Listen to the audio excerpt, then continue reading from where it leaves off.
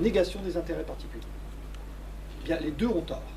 Et il faut trouver un moyen terme qui commence à apparaître aux États-Unis, en France et en Europe, par l'obligation des lobbies de se déclarer comme lobby, c'est-à-dire de sortir du couloir et de opérer dans la lumière, en répondant à une charte extrêmement précise qui définit les conflits d'intérêts, les abus, etc. Vous avez, si vous allez sur le site de la Communauté européenne, vous avez une liste de lobbies déclarés qui s'engagent à respecter un certain nombre d'éléments, et s'ils ne le font pas, eh bien, ils sont condamnés par la loi. C'est un travail qui commence, ça va faire beaucoup de temps, mais je trouve que cette démarche, où les lobbies sont reconnus et agissent à la lumière et non pas dans l'ombre, est quelque chose qui peut déboucher sur des choses positives. Et encore une fois, les lobbies des petits pois, comme les lobbies de la chimie, comme les lobbies écologiques qui défendent des thèses. Mais vous savez, le lobby du nucléaire et le lobby des antinucléaires, quand vous les rencontrez, c'est des gens qui y croient. Les gens d'EDF, ils sont animés par la foi. Ils croient dans le nucléaire. Ce n'est pas des gens qui sont focalisés par les intérêts. Ils croient dans le nucléaire. Et c'est enthousiasmant de les écouter défendre le nucléaire. Et puis les gens qui sont hostiles au nucléaire, ils sont enthousiasmants quand ils disent bah non, c'est très dangereux, etc. C'est pas des intérêts seulement financiers qui sont en jeu. C'est des vraies croyances, c'est des vraies visions du monde. Et c'est ça qui est intéressant. Il n'y a pas les méchants et les gentils. Voilà. C'est plus compliqué que ça. Dans toute chose, il y a le positif et le négatif. Oui, pardon. Dans toute chose, il y a le positif et le négatif. Il faut trouver l'équilibre entre les deux, la neutralité pour avoir, je ne sais pas, démocratie, mais pour avoir quelque chose de... Je pense que dans toute réflexion, c'est le conscient, le subconscient qui doit faire. Vous êtes psychologue? Non. Vous avez raison. Néanmoins. Vous avez parlé, pardonnez-moi, du peuple. Parlez fort, s'il vous plaît. Vous avez parlé du peuple. En fait, Si on parle parlait à tout le monde. des citoyens. J'aimerais avoir votre définition du citoyen idéal dans une démocratie qui vacille. Qui vacille, je suis pas sûr encore. Hein. Encore une fois, ça, voilà, on partage pas ce diagnostic. Je pense que, en fait, la démocratie s'est jamais aussi bien portée qu'aujourd'hui. Hein. Elle vacille pas du tout, mais ça, c'est un sentiment personnel. Le citoyen idéal, c'est quelqu'un qui se pose la question qu'est-ce que je ferais si j'étais à la place du gouvernement? Tout simplement. Ça calme. Excusez-moi, mais est-ce que vous pensez que c'est... Oui, mais cette question, est-ce qu'elle n'est pas partagée, justement? Enfin, elle le semble peu. On vient de parler des lobbies. Et en vous écoutant, j'ai l'impression que vous pensez que même une idéologie d'un parti est un lobby, finalement. Donc s'il n'y a que des lobbies, il ne peut plus y avoir de citoyens, quelque part. Si, parce que le lobby, je veux dire, le citoyen, c'est quelqu'un... On est tous membres d'un lobby et en même temps citoyens. Mais on peut se distinguer, ça me paraît pas... On peut le distinguer, mais il y a, enfin, cette culture-là, parce que il y a une valeur de la démocratie qui intègre cette dualité-là. Et là, vous ramenez la démocratie à une procédure plus qu'à une valeur. Enfin, ce qui est intéressant, parce que ça permet de dire, bon, ben, voilà, on ne donne pas un contenu à la démocratie, on marque que c'est une procédure. Alors, c'est une procédure et une valeur. C'est ce que j'essaie de réconcilier, si vous voulez. C'est pour ça que j'ai bien conscience que la description procédurale est un peu abstraite. Et c'est le philosophe allemand Habermas qui part du patriotisme constitutionnel, c'est-à-dire l'idée qu'on peut être tombé amoureux d'une constitution. Alors, à la limite, aux États-Unis, ça peut marcher, mais si les Américains sont amoureux de leur constitution, c'est parce qu'il y a une histoire. C'est pas parce que c'est la Constitution, c'est parce qu'il y a une histoire qui... Donc c'est le peuple récit, mais alors le problème c'est quand il n'y a plus de récit, ou que le récit est un peu oublié, ou pas compris, ou pas... Enfin voilà, il n'y a pas de connaissance de l'histoire. Je voulais prolonger justement, parce que dans le peuple récit, donc il y a le citoyen, mais le citoyen c'est le fait de citoyenneté. Et il y a eu des études, et on recherche encore pas mal, notamment dans le monde de l'éducation, comment définir la citoyenneté aujourd'hui, parce qu'à un moment donné, vous parlez d'histoire des Américains, la citoyenneté des Français, etc., faisait corps et faisait bloc par des acquis, les acquis 36, les acquis... Bon, voilà. Et aujourd'hui, le citoyen, ne retrouve pas sa citoyenneté parce qu'il a l'impression de perdre un certain nombre de choses. Et de plus, quand on voit la montée du Front National, etc., on voit aussi la montée des individualismes. Donc la citoyenneté, elle est où là-dedans? Je suis bien d'accord, avec en même temps l'idée que les choses sont un tout petit peu en train de changer. C'est-à-dire que le problème de la démocratie, c'est qu'elle a réussi. C'est-à-dire que, et c'est ça le problème, c'est plus on réussit, plus elle échoue. Parce que la démocratie, c'est une promesse infinie et des moyens toujours finis. C'est-à-dire que c'est un horizon. Et l'horizon, plus on s'en rapproche, plus il s'éloigne. Et donc, vous voyez, c'est comme le bonheur, c'est demain, si j'ai le téléphone portable, l'iPhone 7 ou 8, je serai très heureux. Puis, le jour où je l'ai, il faut le 9, et puis le 10, etc. Et la démocratie fonctionne un peu de cette manière. Objectivement, franchement, si on regarde notre situation aujourd'hui, en 2017, nous qui n'arrêtons pas de râler, l'espérance de vie n'a jamais été aussi forte. La chance de vivre du berceau à la tombe n'ont jamais été aussi exceptionnelles. Le nombre d'homicides en France, attentats compris, n'a jamais été aussi bas. Si vous enlevez Marseille et la Corse, vous obtenez un chiffre extraordinaire. Il est divisé par 2 en 10 ans, ce nombre d'homicides. Évidemment, la sécurité, les petites... Oui, ça monte. Mais l'homicide, les maladies, même si on a la grippe, jamais une situation plus forte. On a toutes les raisons de se considérer qu'on vit dans une époque formidable. Imaginez que les grands utopies, Victor Hugo reviennent aujourd'hui à la vie, renaissent et voient ce qu'on dit. Oui, tout ce que j'ai rêvé, tout ce dont j'ai rêvé est réalisé. Pourquoi vous êtes en train de râler? Parce qu'on est français. Je pense qu'il y a une inquiétude qui vient aussi de l'environnement international. Et là, justement, je voulais vous demander, gouverner, c'est anticiper. Gouverner, c'est prévoir. Prévoir. J'ai lu récemment que la moyenne d'âge des électeurs serait de 56 ans en 2050. Parce que, comment on va pouvoir articuler tout ça? Alors, je vais faire de la pub pour le dernier livre qui est sorti il y a une semaine et qui s'appelle « La guerre des générations n'aura pas lieu » ou « aura-t-elle lieu ?» mais la réponse est non.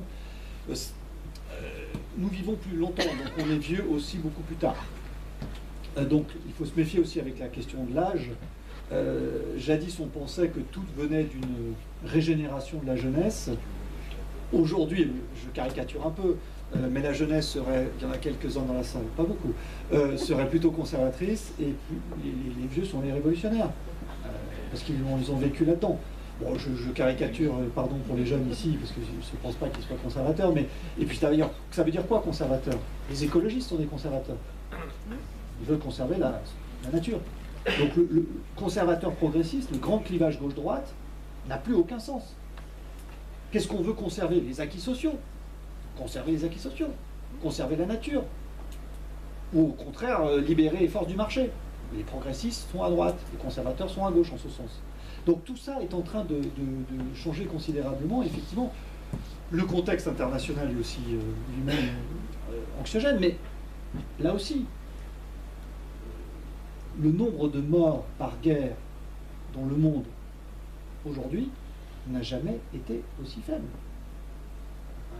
On voit Alep, on voit la guerre en Syrie, il y a autant de morts par homicide au Brésil qu'une année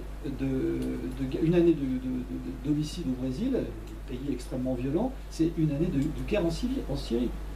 Gardons en tête la proportion. Oui, mais ce qui est anxiogène aujourd'hui, c'est aussi la guerre économique. Oui. Oui, la guerre économique, mais encore une fois, il y a 100 ans. Il y a 100 ans. 1917. On était dans une situation autrement anxiogène. Vous voyez, la guerre économique, c'est pas la guerre réelle.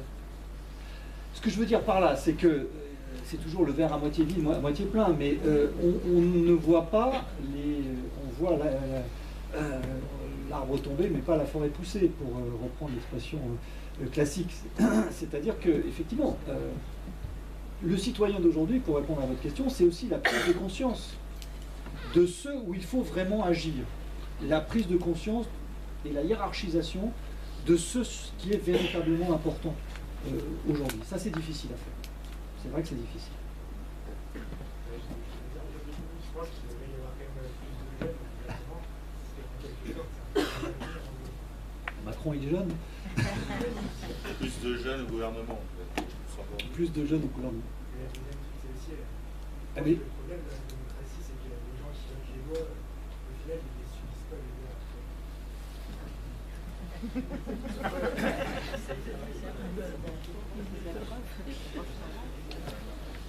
Alors, je vais faire une réponse un peu provocatrice, mais je pense que les jeunes ont mieux à faire que de faire de la politique. Je veux dire tout de suite.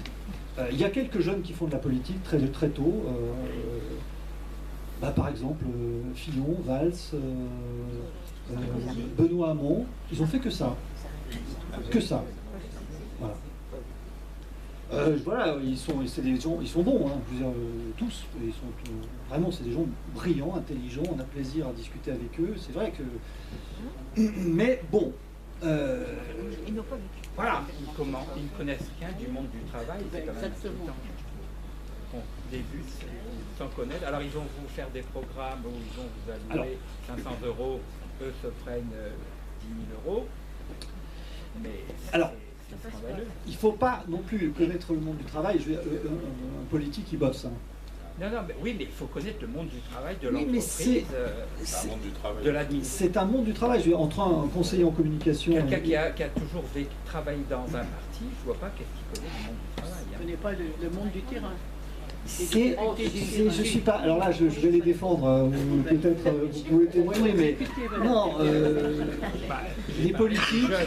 Je suis. Voilà, je ne serais pas d'accord. Je pense que les politiques sont justement là aussi. On dit nous ne sommes pas représentés par ces politiques. Je veux dire, jamais les politiques n'ont été aussi attentifs au moindre éternuement des individus de leur communauté, parce que c'est eux qui votent. Donc il y a une attention extrême. Quand vous êtes politique, c'est extraordinaire le point de vue que vous avez sur des réalités extrêmement différentes. Vous apprenez justement des secteurs, secteur par secteur. Moi, je le fais un peu en tant que conférencier, parce qu'il m'est donné d'intervenir dans des conférences dans des domaines très très différents. Les maisons de retraite, j'étais hier dans un EHPAD, demain chez les huissiers. C'est des mondes totalement différents. Donc on apprend énormément comme ça. Et par ailleurs, c'est un boulot de fou. C'est un boulot de fou. Donc je sais pas, vous pouvez peut-être dire un mot pour les défendre, ces politiques quand même. Ouais, il n'y en a pas beaucoup Alors, qui démissionnent. J'ai profité quand même avant que Jean prenne la parole. Moi, globalement, je suis assez d'accord sur votre schéma de la démocratie. Il est intéressant parce que il montre qu'en fait, il y a nécessité d'articuler plein de niveaux en même temps.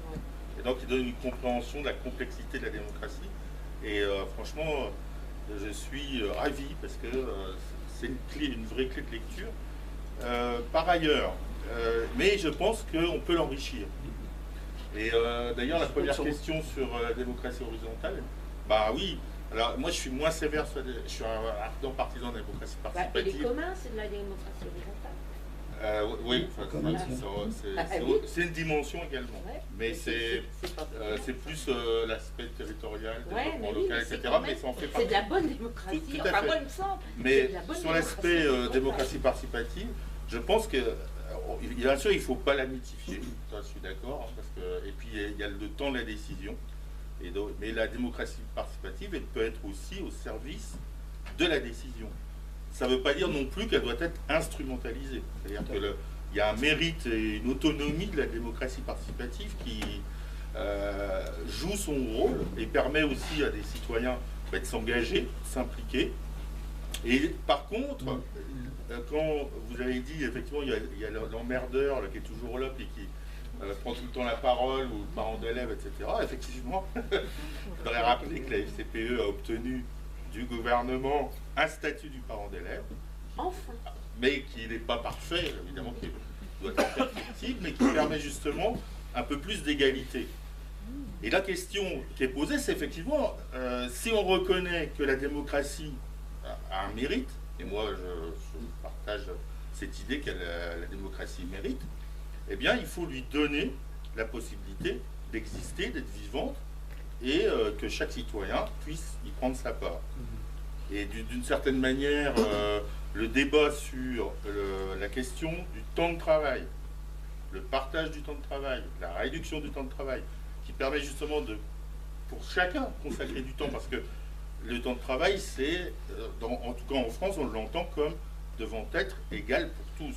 Hein, la durée légale du travail, elle est pour tous. Bon, ben, la réduction du temps de travail, c'est pas qu'une question économique, c'est une question aussi politique. Et donc, je pense que, alors je sais pas si on aura ça dans les débats, bien sûr, dans les débats à venir, mais en tout cas, voilà, il faut prendre les choses peut-être dans une dimension un peu différente, c'est-à-dire que pas forcément l'économique contre le politique, mais justement, il faut que le politique et l'économique, ils se pensent ensemble, parce que sinon, effectivement, on va dans des logiques un peu pas seulement de friction, mais de craquement fort, hein, où on a des discours, justement, on ne comprend pas, les politiques sont tous pourris, et ceci et cela, et on ne reconnaît pas effectivement le travail des politiques, alors que quand on s'implique dans un sujet en tant que militant, en tant qu'associatif, etc., on se rend compte que c'est du boulot. Bah, effectivement, le politique, en plus, il a la responsabilité qui est institutionnelle de décider, bah, il a encore plus de boulot. Et là, je pense que ça rapprocherait la démocratie participative, les politiques vilipendés et le citoyen lambda de base. Donc ça, c'est le premier point. Un petit point, enfin, ce que je mets à la discussion, bien évidemment, je m'autorise à prendre la parole parce que vous êtes autorisé vous-même, à juste titre. Et après, je donne la parole à Jean. Mais après, peut-être votre réaction. C'est que sur la question des lobbies, bon, là, j'ai une petite... bon, déjà, je pense qu'il faut reconnaître ce qu'on appelle les corps intermédiaires. Alors, mais justement, les syndicats, les associations, c'est pas...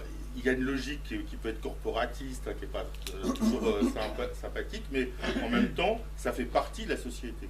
Et qu'à ce titre-là, au-delà des sondages d'opinion et de l'opinion, ils doivent jouer aussi leur rôle. Ça ne veut pas dire que non plus qu'ils ont tout le pouvoir, parce que ça, c'est aussi déplaisant, hein, quand le corporatisme prend le pas sur la décision. Bah, c'est pas normal, c'est aussi, comme vous l'avez dit, pour moi, en tout cas si je reprends vos propos, une pathologie de la démocratie. Mais en ce qui concerne les lobbies, bon, pour moi, c'est pas pareil d'être anti-nucléaire que d'être pro-nucléaire. Le lobby anti-nucléaire, il n'a pas les... En tout cas jusqu'à maintenant, peut-être qu'avec le développement des renouvelables, ça va changer, d'ailleurs, mais il n'a pas les moyens du lobby, à un moment donné, d'EDF, qui était à la fois un lobby d'État, un lobby aussi économique, un lobby d'intérêt. Et alors, et l'écologie, ça peut être un lobby, par contre, je suis d'accord, mais c'est pas qu'un lobby, c'est aussi un projet de société.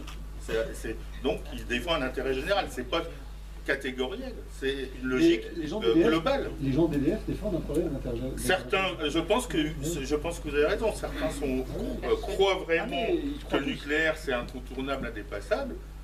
Ils le croient, d'ailleurs c'est la raison pour laquelle ils défendent Mordicus, c'est parce que c'est une croyance, mais il y en a, ils le font parce qu'ils sont dans le lobby, ils sont payés pour cela, c'est leur job, et de ce fait, vous leur demanderiez de défendre un autre lobby, ils le feraient avec la même, en tout cas, apparence de conviction. Donc voilà, j'arrête là parce que je ne vais pas monopoliser la parole, et voilà, je vous laisse... Et puis après, Jean, il prendra la parole. Sur les corps intermédiaires, je suis intégralement d'accord. C'est un des problèmes français majeurs, c'est que la Révolution française a détruit les corps intermédiaires parce qu'elle considérait que c'était des reliquats d'Ancien Régime, et nous ramons comme des malades pour les reconstituer. Et le problème des corps intermédiaires, c'est qu'ils sont faibles. Les syndicats, ils ne sont pas représentatifs. Et d'ailleurs, on avait fait, je travaillais à un moment au Conseil d'analyse de la société, qui était un conseil placé auprès du Premier ministre. Et dans ce conseil d'analyse de la société, on avait fait venir, c'était Luc Ferry qui le présidait, on avait fait venir tous les responsables politiques, disons conseillers des différents partis, et on leur posait, voilà, pour vous, quelle est l'urgence? Tous, sans exception, ont répondu, il faut renforcer les syndicats. Tous. à droite, à gauche, au centre, au milieu, en bas, tous disaient nous souffrons en France de l'absence d'une faible représentativité des syndicats et aussi de la tradition, il faut bien le dire, de cette charte d'Amiens qui n'est pas quand même très très simple.